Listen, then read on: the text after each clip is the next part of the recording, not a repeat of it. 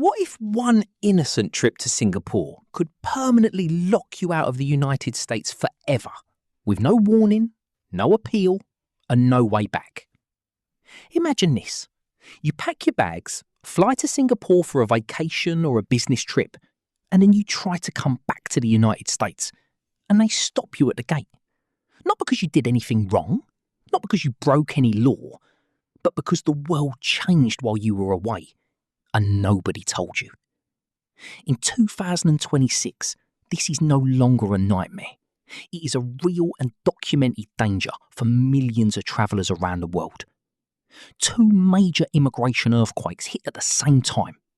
The United States government, under Presidential Proclamation 10,998, banned citizens of 39 countries from entering America starting January 1st, 2026.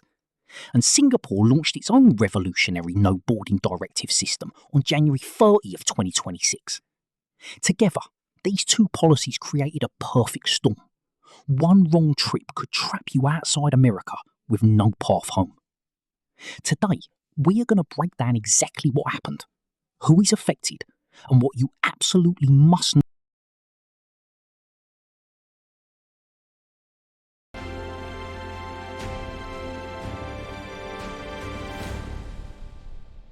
Point 1. What is the United States 2026 travel ban? On December the 16th, 2025, United States President Donald Trump signed Presidential Proclamation 10,998. This order went into effect at 12:01 in the morning Eastern Time on January 1st, 2026. The proclamation expanded the existing travel ban from 19 countries all the way up to 39 countries, plus individuals travelling on Palestinian Authority travel documents. This ban is not a small update.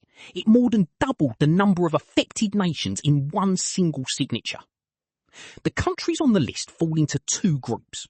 The first group faces a full ban, meaning no visa of any kind will be issued. The second group faces a partial ban, meaning tourist visas, student visas and exchange visitor visas are blocked. The key rule that makes this ban so dangerous is this. If you are outside the United States on January 1st, 2026 and you do not have a valid visa in your hand on that exact date, you are barred from entering America. Being abroad without a visa on that single day sealed the fate of thousands of people around the world.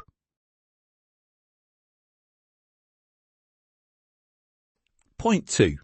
Which 39 countries are fully or partially banned? The list of banned countries is long and covers nations across Africa, the Middle East, Asia and the Caribbean.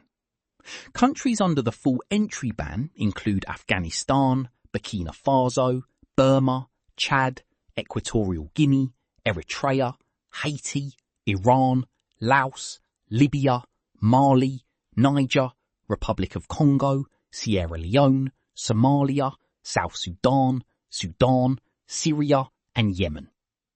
These nations face a complete freeze on all types of visas, including tourist, student and work categories. Then there is a second tier of partially restricted countries where tourist visas, student visas and exchange visitor visas are suspended. This partial list includes nations like Angola, Nigeria, Senegal, Tanzania, Cuba, Venezuela, Gabon, Benin, Togo, Zambia, Zimbabwe and several others. In total, 39 nations are now on the restricted list as of January 2026. Citizens of these countries already inside the United States are not. Point 3. Why does visiting Singapore specifically trigger this problem? Here is where the trap becomes crystal clear. Singapore is one of the world's most popular travel destinations and transit hubs. Millions of people pass through Changi Airport every single year.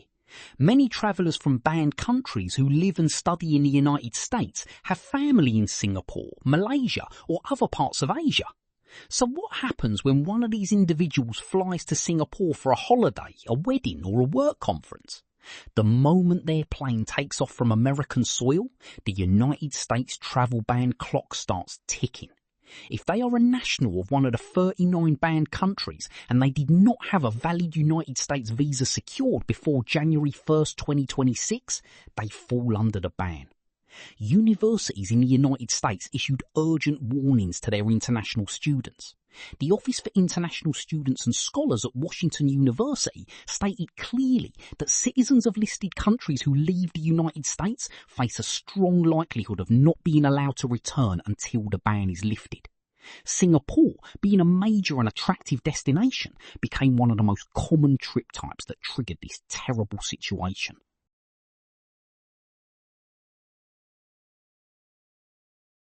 Point 4. What is Singapore's new No-Boarding Directive system? At the same time the United States was building its travel ban wall, Singapore was building its own.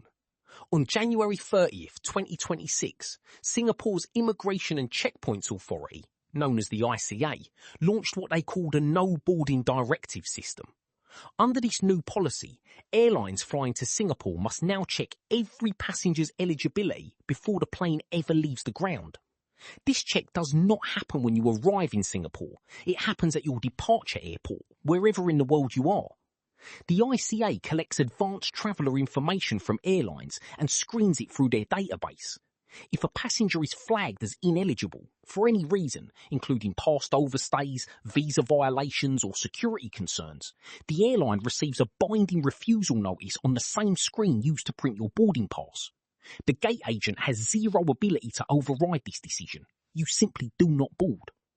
Airlines that allow a banned passenger to board face fines of up to 10,000 Singapore dollars per violation. An individual stopped by the No-Boarding Directive cannot simply rebook another flight. They must first write to the ICA and get formal approval before they can even attempt to travel to Singapore again. Point 5. Who gets stopped by Singapore's No-Boarding Directive? Singapore's No-Boarding Directive does not just target criminals or terrorists. It casts a very wide net that can catch ordinary travellers who have no idea they are flagged. The categories of people who can be stopped include travellers who previously overstayed their visa in Singapore, even by just one single day years ago. It includes people with any prior immigration violation, regardless of how minor it was or how long ago it happened. It includes individuals who were ever deported from Singapore or denied entry at the border. It also includes people who did not file their SG arrival card correctly before their trip. The SG arrival card is an online form that every visitor must submit through the ICA portal at least 3 days before arriving in Singapore. If you do not do this, or if you fail to screenshot your confirmation number, gate agents may have questions. Your passport must also be valid for at least 6 months from your Singapore arrival date, not your departure date and not your return date. The system does not care if the violation was minor or ancient history. A 1-day overstay from 2018 can still trigger a full No-Boarding Directive block in 2026. Point 6. The perfect storm, when both bans hit the same traveller. Now, picture the truly frightening scenario where both of these systems hit the same person at the same time. Take a student from Nigeria who is studying in the United States on an F1 visa. Their visa was valid before January 1st, 2026, so they were not immediately affected. But imagine they decide to visit a relative in Singapore in February 2026. First problem, their Nigerian passport means they are a national of a partially banned country. They boarded safely, but what happens when they want to return to the United States? If their visa has expired, or if they did not carefully verify their status before leaving, they could be locked out of America permanently. Second problem, if they ever had any Singapore immigration issue in the past, they might not even be allowed to board the flight to Singapore in the first place, stranding them somewhere in between. 2 separate systems, 2 separate governments, and 2 sets of rules all colliding at once. This is exactly why immigration lawyers across the world were sounding alarm bells at the start of 2026, urging anyone from a restricted country to avoid international travel entirely unless absolutely necessary. Point 7. What happens to students and workers already in the United States? One of the most urgent questions asked by affected communities was this: if I am already living and working legally inside the United States, am I safe? The answer is both yes and no. The travel ban does not remove you from the country if you are already inside and maintaining your legal immigration status. Your F1 student visa, your H1B work visa, or your other status remains valid as long as you stay inside the United States and follow all the rules. However, the moment you step foot outside of America, you enter the danger zone. Universities across the United States, including Washington University and Virginia Commonwealth University, issued the same urgent warning. Do not travel internationally unless you have confirmed re-entry documentation and a valid visa that will be honoured upon your return. For students from the 15 partially restricted countries, new student visas simply cannot be obtained after the ban took effect. Business travellers from these nations found their B1 and B2 visas fully suspended. The situation was particularly difficult. Point 8. Are there any exceptions or ways around the ban? The situation feels hopeless for many, but there are some important exceptions written into both the United States ban and the Singapore system. On the United States side, lawful permanent residents, commonly known as green card holders, are fully exempt from the travel ban, regardless of their nationality. Dual nationals who hold a passport from a non-restricted country can travel using that passport and avoid the restrictions entirely. Diplomats and holders of official government visas are exempt. Athletes and support staff travelling for the 2026 FIFA World Cup or the 2028 Olympics are also exempt. Additionally, the Attorney General, Secretary of State and Secretary of Homeland Security all have the power to grant individual national interest waivers on a case-by-case basis. On the Singapore side, travellers blocked by a No-Boarding Directive can write to the ICA through their official feedback channel to request a review and approval for entry. However, this process requires applying before booking a new flight, which adds significant time and uncertainty. These exceptions exist, but they are narrow, and accessing them often requires legal help, documentation, and a great deal of patience.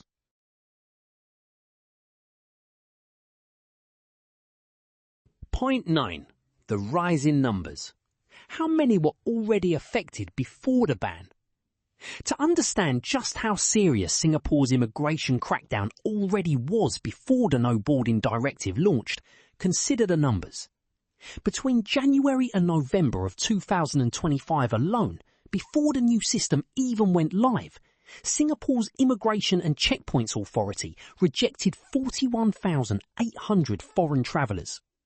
That is 41,800 people who flew all the way to Singapore and were turned back at the border. This was already an increase from the year before, signalling a clear pattern of tightening immigration enforcement. These rejections were happening at the arrival gate in Singapore. The entire purpose of the No-Boarding Directive was to stop this from happening in Singapore at all, by moving the rejection point to the departure airport instead. Airlines were already unhappy with the cost of flying rejected passengers back home at their own expense. Now, under the new system, airlines face fines of up to 10,000 Singapore dollars and even criminal penalties, including up to 6 months in prison for pilots or employees who knowingly allow a flagged passenger to board. The financial pressure on airlines to comply is enormous, making the system highly effective from the first day it launched.